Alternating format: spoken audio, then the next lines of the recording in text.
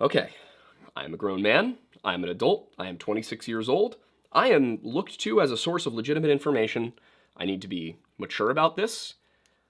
I cannot say the word big fussy. Mattis. Yeah. We're rolling. I'm Aiden Mattis, and welcome back to the Lore Lodge.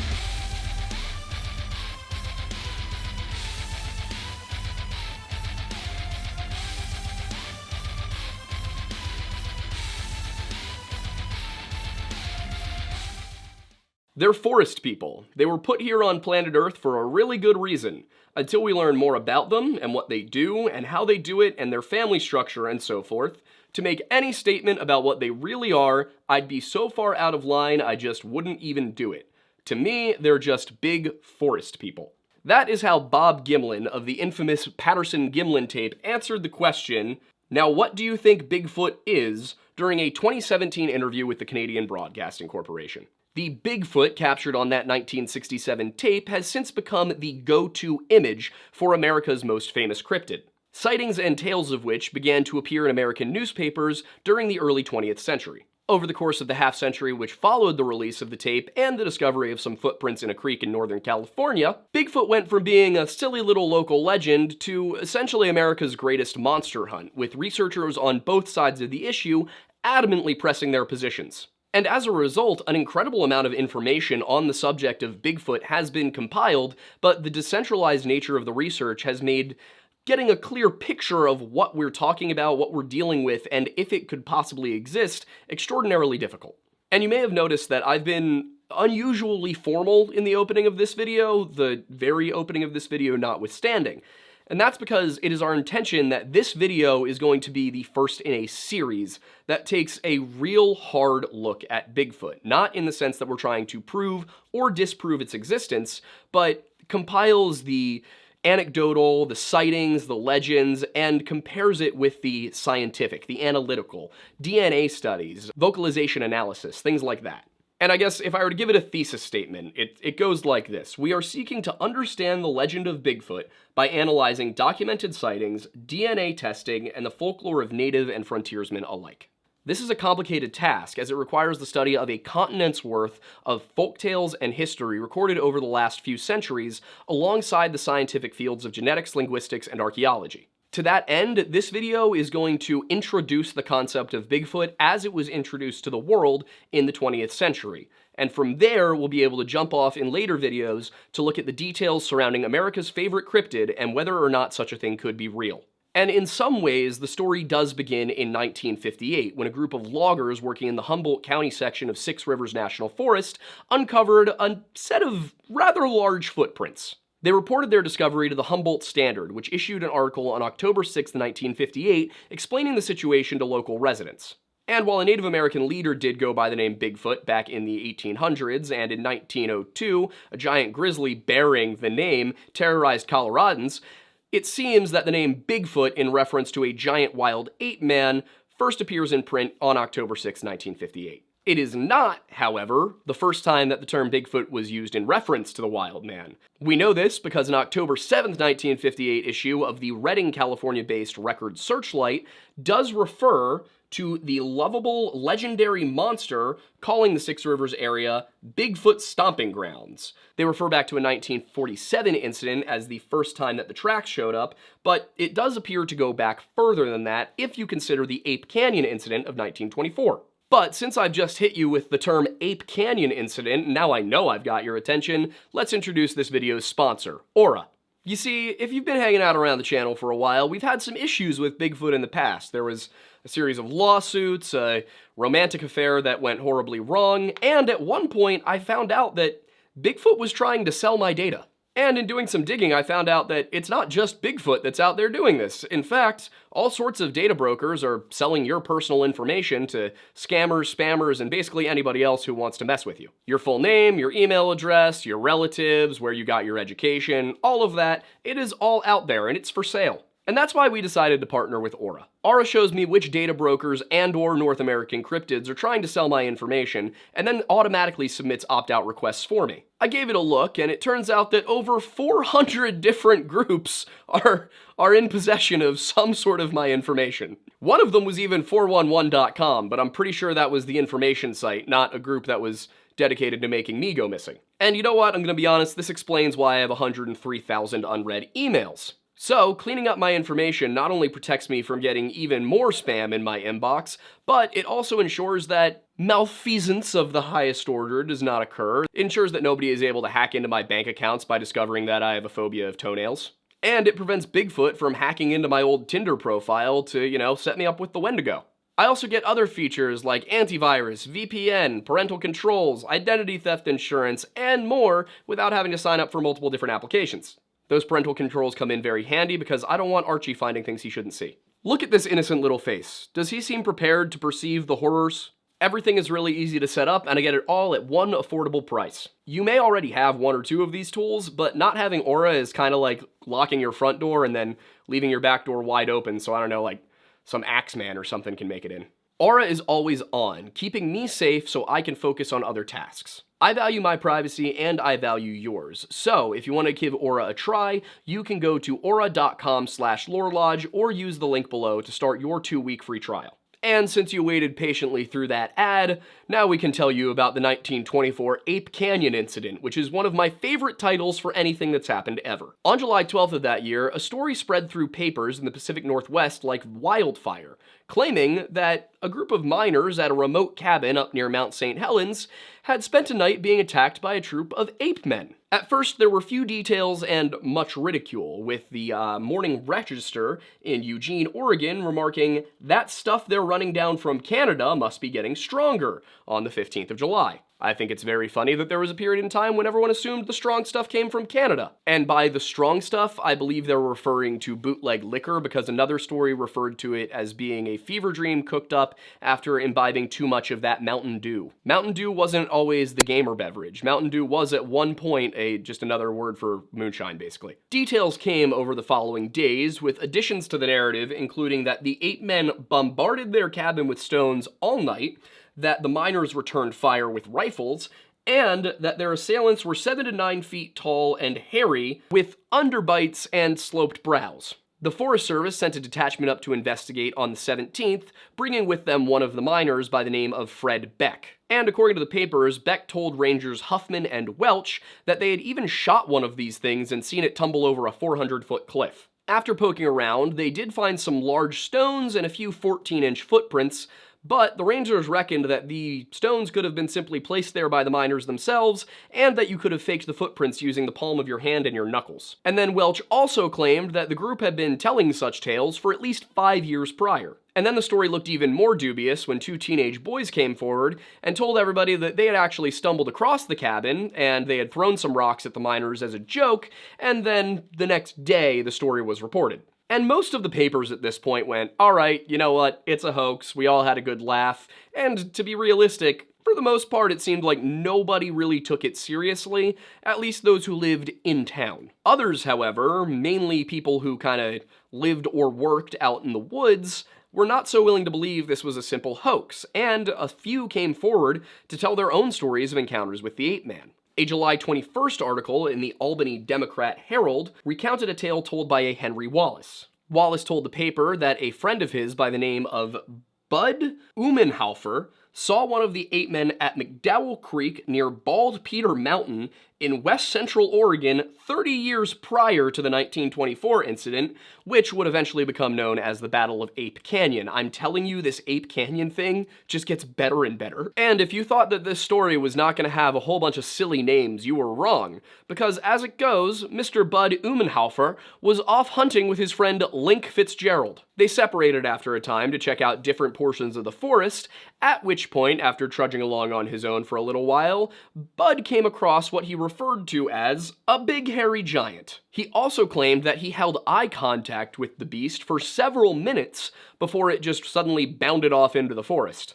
Utterly astonished by what he'd seen and realizing that if he was going to track this thing down he might need some help, he went to what is simply referred to as the nearest settlement to find somebody else to help him, and who he found was Link's brother, who had the very fantastical name of Mike. On Bud and Mike's way back into the forest to try and figure out where the ape man had gone, they came across Link and he joined them for their excursion. All three men eventually located the thing's tracks and then followed them as far as they could, noting that it seemed to take 15-foot strides. After some time of following the strides, however, Link determined that they must have just seen a bear, and they should stop looking. Bud Umenhofer, on the other hand, was extremely puzzled by what he'd seen and really did not agree that it was a bear. He simply refused to admit that he could have possibly been mistaken. And in much the same vein, Fred Beck also refused to admit that what he had experienced was any sort of hoax. Because of this, in 1967, he published a 22-page-long pamphlet detailing his experiences and what he thought that he had encountered. He titled this manifesto, "I Fought the Ape Man of St. Helens." In his version of events, he explained that he and his crew of 5 had been working in the Mount St. Helens area for about 6 years, and that they had come across tracks in the past, the longest of which was 19 inches long. In 1924, they were working a claim about 2 miles east of Mount St. Helens, and they said that one night in July, they started to hear noises. The specific noises they said they were hearing were these shrill whistling sounds that came during the evening. And they said that oftentimes it would seem that the sound came from one ridge, and then a few seconds later it would be answered by a similar sound from another ridge. And in addition to this, he said that they would hear these loud booming noises like something was thumping on a chest. And then one night, another one of the miners, who Beck refers to as Hank to protect his identity, asked Beck if he would be willing to go to a spring about 100 yards off to get water, and both men decided they would bring their rifles just in case. But when they arrived, they spotted, about another 100 yards off across a small canyon, what appeared to be a large hairy ape man. To Beck's reckoning, it was likely about 7 feet tall, and, as one does when they are American, they decided they would shoot it. It appears, however, that, being miners and not marksmen, they missed and it got away. Hank and Beck then returned to the cabin and explained to the rest of the miners what had transpired. They all thought it was a little odd, but after not hearing any noises and it being just generally okay, they had a few drinks, got in bed, and just went to sleep. But then they were awakened around midnight by a tremendous thud against the wall of the cabin. There was then a great commotion from outside. It sounded like a great number of feet tramping and rattling over the unused mining equipment. When they peered outside through a hole that had been chipped into the cabin wall, they saw about 3 figures that matched the description. And then, in his 1967 recounting, Beck contradicts the papers from 1924 in a few ways. He essentially was arguing that they had misreported some details and, as a result, made his story sound more fantastical than it actually was. According to Beck, there were no giant boulders thrown around, as the papers had reported, only a few small rocks. And while the papers had reported that several of the miners had been concussed by rocks hitting them or logs falling, something like that, he said that nobody was actually injured on their part. Finally, he was very clear that they actually didn't want the story to become news. It was never their intention.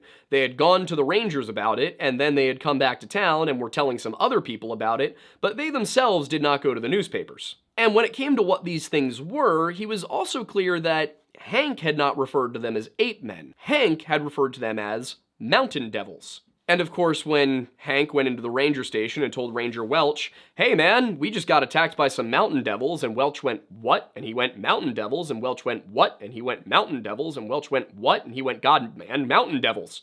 This conversation didn't really go anywhere. Hank did not elaborate on what mountain devils were, and Welch had no idea what he meant. We will be getting into what mountain devils means later, though, don't worry. Ultimately, the entire story was written off as being either a hoax or just a complete misunderstanding. But 1924 is clearly not the end of the discussion. A couple of decades later, in August of 1947, newspapers once again reported on a set of giant footprints, this time discovered by an amateur archaeology group known as Amazing Discoveries Incorporated, who, according to spokesman Hank E. Hill, had discovered back in around 1930 or 1931 a set of 22-inch long, 8-inch wide footprints in Death Valley.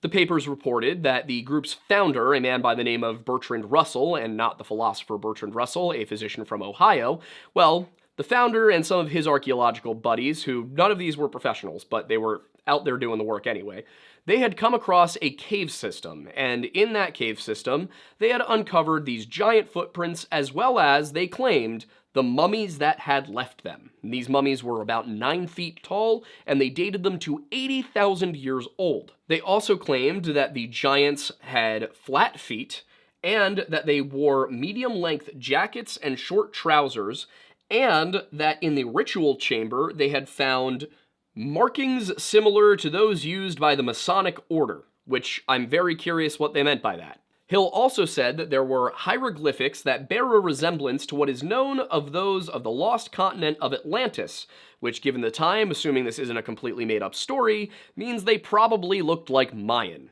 Many early Atlantis scholars believed that there was a set of Mayan glyphs that retold the story of the fall of Atlantis, and you can't fault them that much because Mayan wasn't actually properly deciphered until the late 20th century. And once again, assuming this is not completely made up, this could relate to the Aztec origin story, but that is a totally different concept for a totally different video.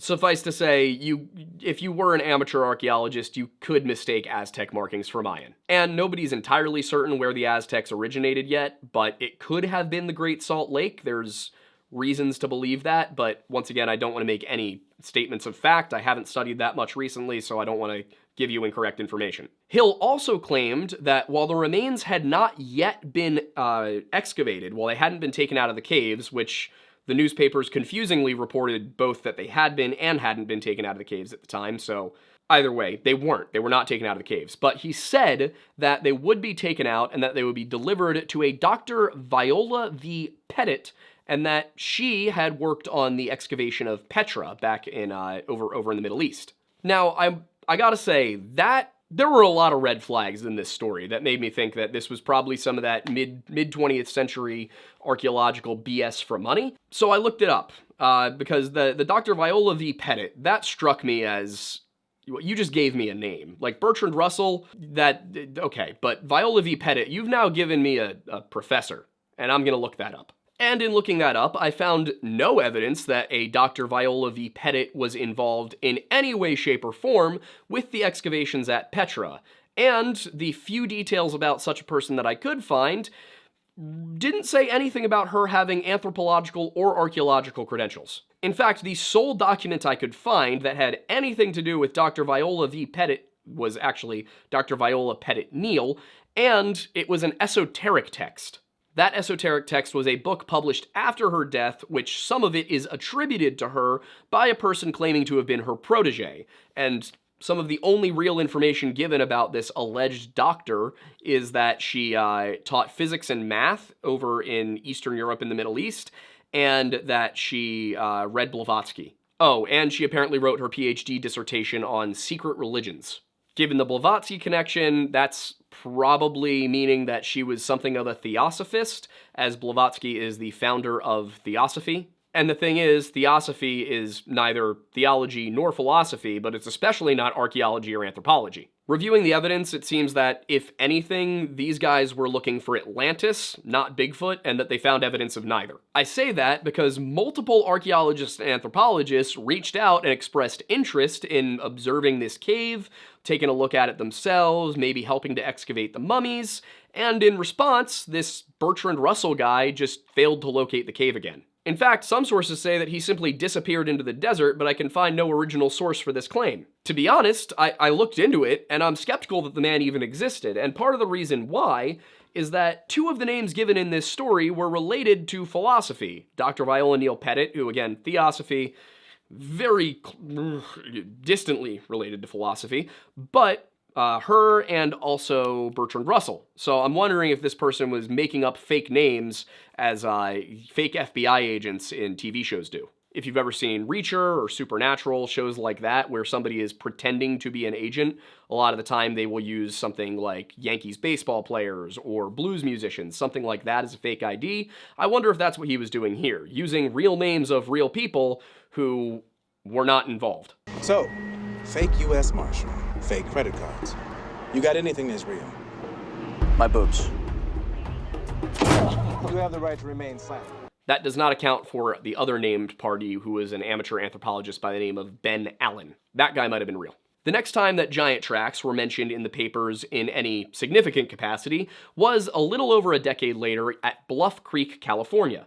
The tracks were discovered by men working for Wallace Logging, who had been contracted by Granite Construction to create an access road for the Forest Service in the area. And while first reported to the press on October 6, 1958, they'd been seeing the tracks and seeing some other things for approximately 6 weeks prior, beginning in August. Then, on September 19th, this was not published, but it was recorded, a Jess Bemis wrote to the Eureka-based Humboldt Standard that her husband and 15 co-workers had seen tracks 14 to 16 inches long on their way to the job site. They elaborated that the footprints had 5 toes, that the toes were relatively short, and the paper also noted that fruit had been going missing from the site, implying Bigfoot, as the paper now called him, was probably a vegetarian. Of course, I mean, people other than vegetarians eat fruit. Over the course of the 6 weeks between the first sighting of any prints and the reporting to the newspaper, workers such as Jerry Crew reported seeing hundreds of these tracks, claiming they near exclusively came from uphill. One set seen by Crew came down a steep mountainside, then traveled down the road for at least 3/4 of a mile, and then turned off into a bed of shale where the prints disappeared. This was also verified by reporters from the area who went up and took a look themselves. Additionally, members of the group such as Crew and Raymond Wallace, which is not related to Henry Wallace so far as I am aware, they had made some plaster casts of these prints as well to show to the papers. Analyzing the prints, the creature appeared to have strides of about 50 inches, which is a little over 4 feet, or about 1.3 meters for those of you using French units of measurement. The owner of the company doing the logging, Raymond Wallace, also said that he had seen some tracks that appeared to have 10-foot strides, implying that's how far the thing was traveling when it was running. And this placed the creature's height around 8 to 10 feet tall based on stride length. They also brought in taxidermists from nearby who certified that these were authentic tracks. These had not been made with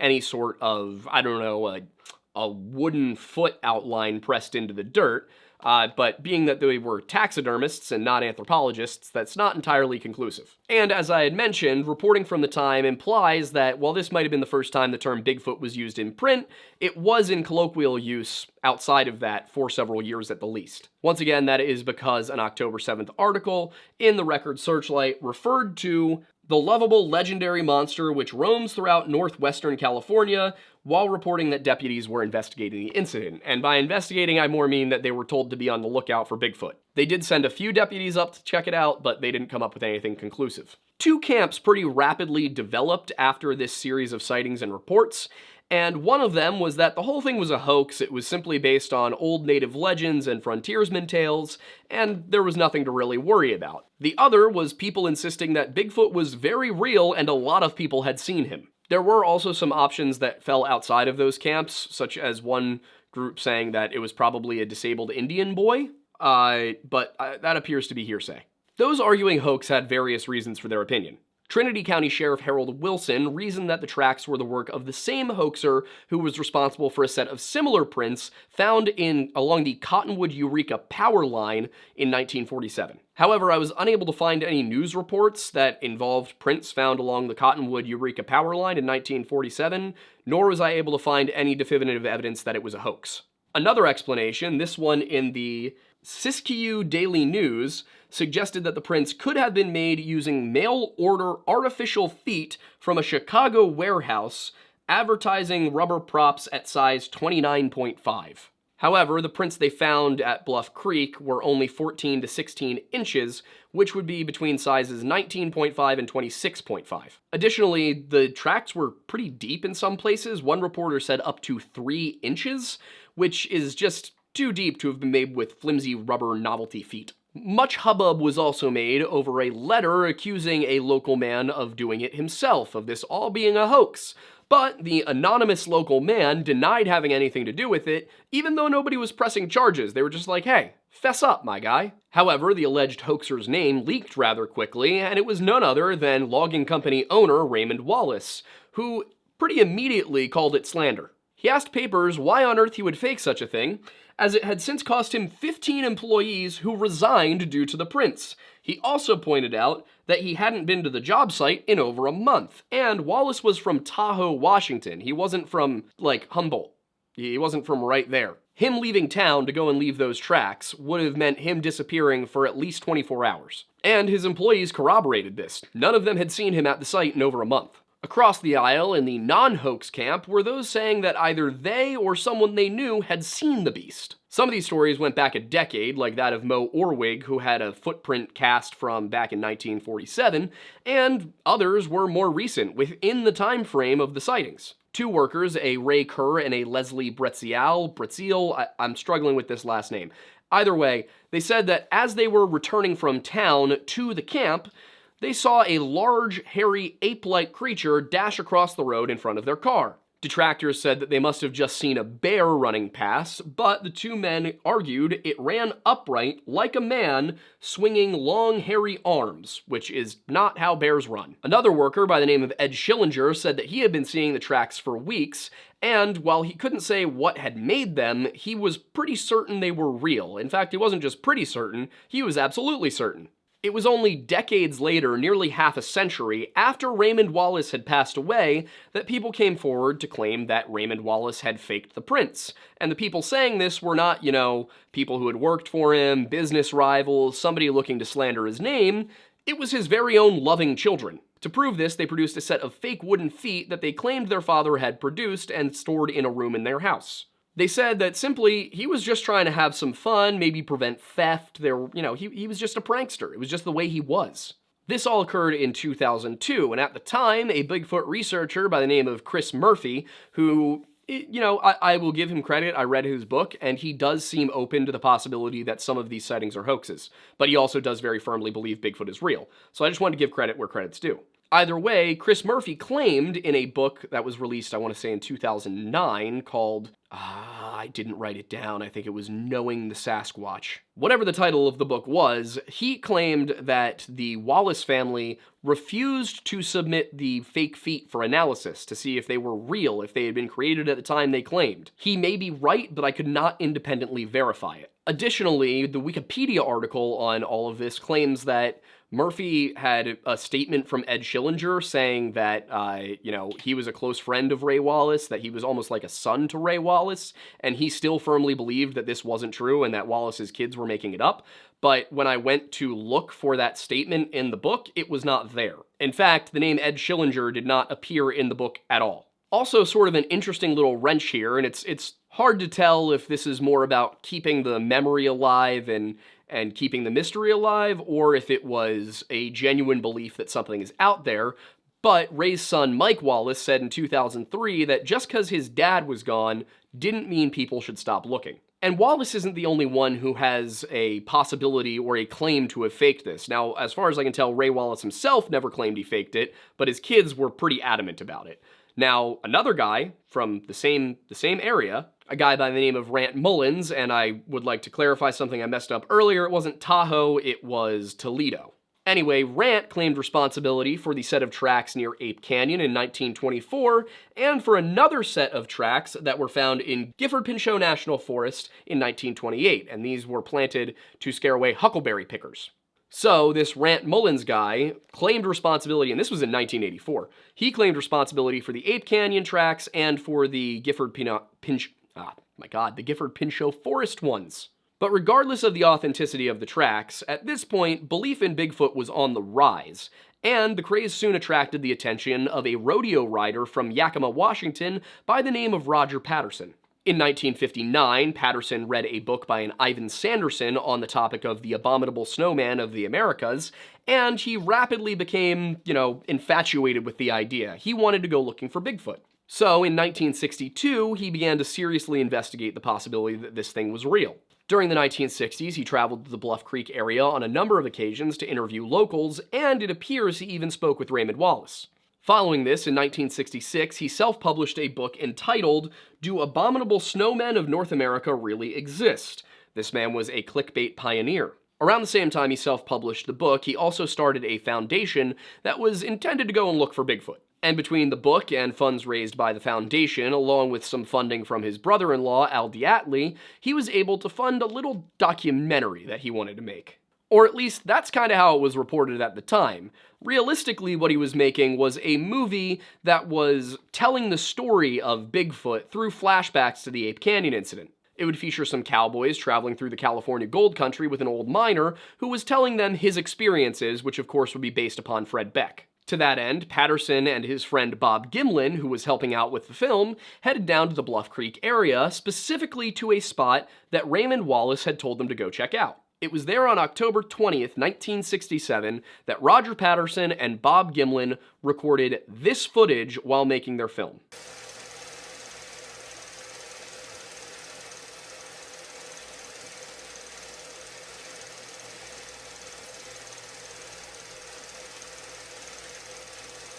Clearly depicted on 16mm film was a large, hairy, and apparently female Bigfoot, just as Patterson had described them in his book. But was it even real? Now, covering absolutely everything that occurred in the 10 years following this video's release would take its own video, and maybe we'll do that someday, but for now we're going to touch on the key points, the key arguments regarding the allegations that this was a hoax, and the adamant defense of Patterson and Gimlin's film.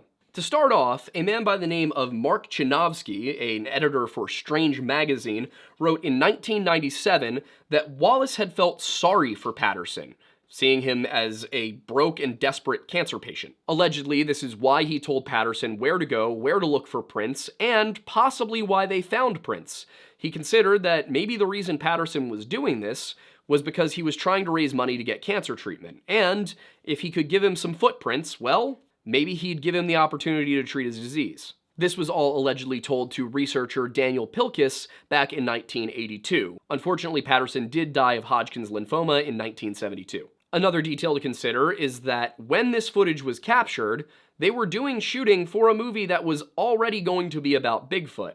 And if they were doing a movie that was about Bigfoot, told through flashbacks to the Ape Canyon incident, that would necessitate the creation of a Bigfoot suit. And in 2002, a costume designer from Los Angeles by the name of Philip Morris told a North Carolina radio station that he had in fact been the man who had produced the suit, and that he thought he was doing it for a simple prank. He told them that he was very surprised when he turned on the news and saw his suit on TV. Now, he came forward with this story in 2002, but he alleges that he had talked about it at conventions in the past. In fact, I believe it was as early as the 1980s that he said so. Morris, however, never came forward with anything to support this claim, when, if this had been ordered the way he said, which he said it was a mail order, there should have not only been the original mail order, but the invoice, the drawings, the final designs, possibly even pictures of it, and yet he had none of this.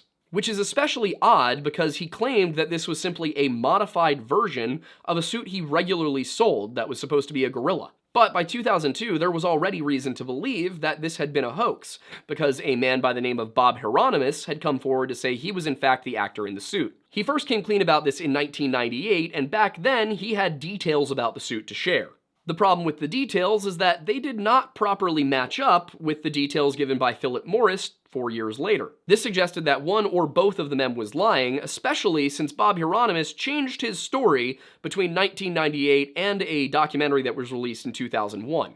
In 1998, he had said it was a two-piece suit where he put the top half on like a t-shirt, and then in 2021, he changed the story for it to be a one-piece that he stepped into and zipped up the back like a jumpsuit. It also appears that Bob Gimlin never ruled out the possibility that he himself was a victim of a hoax, though over and over again he has implied that Patterson was a true believer. Gimlin also told a CBC reporter in 2017 that when they had gone down there, they went down there looking for Bigfoot, not to make a Bigfoot documentary as journalist Greg Long had claimed. So at a glance, looking over this stuff, I'll admit that it's pretty inconclusive evidence that this was a hoax. Patterson specifically, at least. The problem is that the argument that it was real also hinges on inconclusive evidence, many of them largely hinging on the alleged anatomical accuracy of this suit. The muscles, Gimlin says, moved underneath the hair.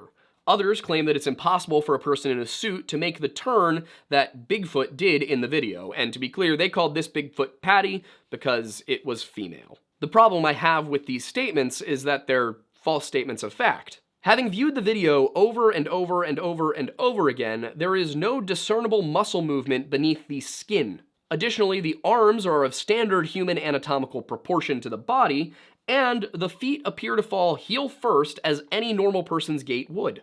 As for the turn, nothing about it seems to be anatomically unusual, and we'll go into more detail about these claims in just a moment. And if we take the discussion outside of those who claim to have been directly involved in the hoax or the non-hoax, then we have some other issues. If I'm being honest, in my opinion, the argument that it can't have been a suit is generally spurious and based upon the opinions of people who were not experts in the field. And these were people who simply looked at the footage and said, well, I couldn't do that. The fact of the matter is that all of them were viewing grainy, shaky footage captured from over 100 feet away at less than 20 frames per second. Nobody could possibly determine anything with any degree of certainty based on this film. One of the people often cited is Universal Studios executive Dale Sheets, who screened the video with a number of unnamed technicians, and allegedly these unnamed technicians and Dale Sheets said that even they, Universal Studios, could not replicate this suit. The problem with that is that the only named individual, the only verifiable person who was actually there here, was never involved in special effects. He had a short stint as a TV director and then he went into management. Dale Sheets holds no special effects credits at all. On the Disney side of things, we have Ken Peterson, who was an executive in charge of Disney's animation studios. He said that his technicians wouldn't be able to replicate it, or if they were to do it, it would be really hard and it would have to be done in a studio. The problem is that, much like Dale Sheets, Ken Peterson does not have any live-action special effects credits. He was in no way involved in a single fully live-action movie. It appears he may have worked on Mary Poppins at one point. So this is a guy whose opinion on costume design is not especially impactful. One of the few people that they bring up that actually does have some impact here is a man by the name of Bill Munns, who was a special effects guy and does believe the video to be authentic. But he also said that Dale Sheets and Ken Peterson were not good people to ask, that Universal and Disney were not the places to go. They should have gone somewhere like Fox or MGM. He pointed to MGM because of the very realistic ape suits used in 2001: A Space Odyssey, which was a Kubrick film that was released in 1968. I find all of this rather ironic because, in my opinion, those ape suits look a lot more lifelike and realistic than the one in Patterson's film, and yet for some reason everybody compares the Sasquatch in Patterson's film to the gorilla suits from Beneath Planet of the Apes, which came out in 1970.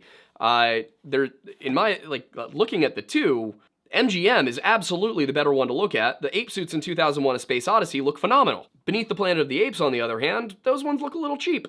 The other side of the discussion, at least the other main side of the discussion regarding the Patterson-Gimlin tape, was the scientific analysis aspect. And when you look at the arguments and the conclusions given by the majority of scientists who looked at it, the consensus seems to be either that it's a man in a suit or that it's too inconclusive to tell for sure. One of the men who looked at it was author Bernard Heuvelmans, who was author of some of the early cryptozoological works, including On the Track of Unknown Animals, now known as cryptids, and In the Wake of Sea Serpents.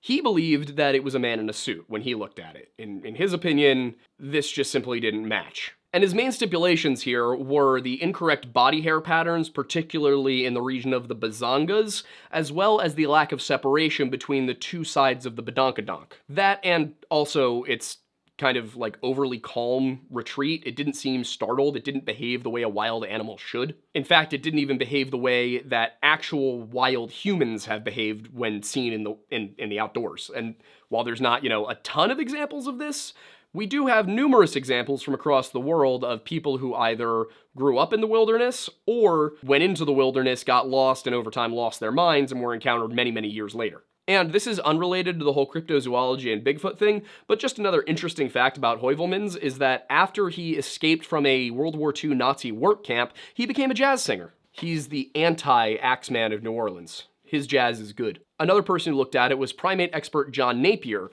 who argued that while he fully believed that Bigfoot or Sasquatch or something of the sort was real, this specific video was most likely a hoax. He cited the length of the footprints recorded by Gimlin after the sighting, which were 15 inches long, while the creature's height was estimated at only 6.5 to 7 feet. A 15-inch long foot would, in his opinion, necessitate a larger frame. Additionally, he felt that the hourglass shape of the foot was simply incorrect. Physical anthropology specialist Esteban Sarmiento of the American Museum of Natural History in New York said that it was inconclusive footage, citing issues with the buttocks, palm and sole coloration, and the anatomical similarities or lack thereof to great apes. The Sheboygan, as mentioned by Heuvelmans, lacked a definitive cleft, in his opinion. Cleft is more colloquially known as crack. He also noted that the palms and the soles of the feet seemed to vary drastically in their coloration, which he argued was not something he'd seen with any living mammal, let alone ape. And finally, in his opinion, the body proportions better matched a human being than they did any known great ape. Anthropologists David Daegling and Daniel O. Schmidt argued that, in their opinion, this video was simply inconclusive. It didn't have enough evidence to it, and that the gait and the costume, if that's what it was, were certainly replicable, at least in theory. They themselves did not try to replicate it, it was just their opinion that it could be replicated. They concluded that, based on our analysis of and problems inherent in estimating subject dimensions, it is not possible to evaluate the identity of the film subject with any confidence. Authors of the book Human Walking, Jessica Rose and James Gamble, both of Stanford's Motion and Gait Analysis Lab, attempted to replicate the walk, with the results landing on the side of replicable. Rose believed that they had matched it fully, whereas Gamble and Bigfoot researcher and anthropologist Jeff Meldrum agreed that it was at the very least a partial match. All told, it seems that on the film expert side of things, it's kind of split down the middle, whereas on the scientific side, people appear to largely be on the side of that's a guy in a suit, and then there were a whole bunch of other problems that we could get into, but we simply don't have time. In my opinion, the video is most likely a hoax for several reasons, though I am open to changing my mind if presented with evidence to the contrary. To that end, however, I believe that there are two likely possibilities. The first is that Roger Patterson faked it in order to obtain funding to go and find the real thing. There is proof that he was working on a film entitled Bigfoot, America's Abominable Snowman in 1967 in the form of a promissory note for a $700 loan working on the film. Additionally, after Patterson's death in 1972, Gimlin sued Al Diatley for his share of the film's revenue. He won that case in 1976. It may well be that Patterson was so convinced of Bigfoot's existence and what it should look like that if he could present an encounter, people would be willing to give him the money to go and search for it. If that's what happened, it would explain why so many people have come forward over the years, claiming not only that it was a hoax, but that they were involved. Alternatively, it's possible that it was certainly a hoax, but not one perpetrated by the men who filmed it, rather by the man who was backing them. I say that because comments made by Patterson and Gimlin throughout their lives suggest that they firmly believe they saw Bigfoot that day. Gimlin has maintained for many years that he and Patterson were the only people that went down there on October 20th, 1967. He's also remained firm in his testimony throughout his entire life that he believes it was a non-human entity. And Patterson, on his deathbed, allegedly told Bigfoot researcher Peter Byrne that he wished they'd shot the thing, because bringing back a body would have proved it existed. And that's not something you say if, you thought it was a guy, if you knew it was a guy in a suit. Mostly, however, my belief that the film was a hoax comes not from the argument over whether or not this was a man in a suit, but rather from the Native American and frontiersman stories that created the Bigfoot legend in the first place. Every single time Bigfoot, these tracks, appeared in the news, somebody made reference to the old Indian tales of things called a mountain devil, or an Indian devil, or a bushman. And they all seem to be implying one thing: the Bigfoot and the Indian devil are the same thing. For example, a 1924 article on the Ape Canyon incident paraphrases a statement from a native by the name of George Totski of the Klallam tribe, where he suggested that the prospectors met the Sayatik tribe. And the Klallam are a Coast Salish people of Washington state. And Totski said that the Sayatik were 7 to 8 feet tall, with hairy bodies like bears, and that they lived in the Olympic mountain range and on Vancouver Island, as well as that they were known as great ventriloquists and hypnotists. Another 1924 article cites a woman from Sequim who spoke of Ty-Alps, or ape men, and how one Skokomish tale involved them taking a young woman as a wife for a brave with whom she had a son some 50 years back. And while I'm unable to ascertain if this informant, a Marion Lambert, had native heritage herself, her account largely echoes Totski's, with the Ty-Alps being tall, strong, and very talented at hypnosis and ventriloquism. It differs in that she doesn't say that these are hairy beast men, she simply says these are other Indians. She goes on to say that it was simply another Native American tribe, and that they would dress in black furs in order to disguise themselves while hunting. This, in turn, could give them the appearance of apes. And then, A quarter of a century later, in 1958, papers writing about the Bluff Creek tracks incident, they say that this all echoes the old tales of the Indian devils or creek devils spoken of by the indigenous community. The mere mention of these things, they alleged, was enough to make the bravest Indian warrior flee. All of these are certainly interesting, but they're far from authoritative descriptions of this monster, whatever it may be. So I turned to a source that would have a little bit more legitimacy, a book written by a Native American author named Lucy Thompson. I'd like to say, first of all, that I think there are some issues with the authenticity of certain aspects of this text, but it's going to require some more investigation on my part. I think that what I've placed in this video, however, does to me appear to come directly from Thompson herself. According to her book, To the American Indian, Lucy Thompson was a highborn medicine woman, also known as a Tulth, and this would give her, this meant that she was a spiritual and religious leader of the tribe. As a result, she would have greater access to the tribal legends. She says her class knew the true name of God, things like that, so she would be a more authoritative source. She would know more than the average person of the tribe about this, though some scholars have suggested she may have embellished how important her role was. Also, somewhat confusingly, and this bugged me for a while and I had to go and do some digging, but she refers to herself as being a full-blooded Klamath Indian, whereas, and again, I'm quoting her directly, whereas most scholars that I could find, they label her as being a Yurok woman, and this appears to be because the language that she includes when she's including the Native American terms for things is the Yurok language rather than the Klamath language. The Yurok did live along the Klamath River for a very long time, so it's possible that in a time before standardized terminology, she might refer to herself as being a Klamath. Additionally, Yurok is not the word that the Yurok use for themselves. They use something that is more along the lines of ul.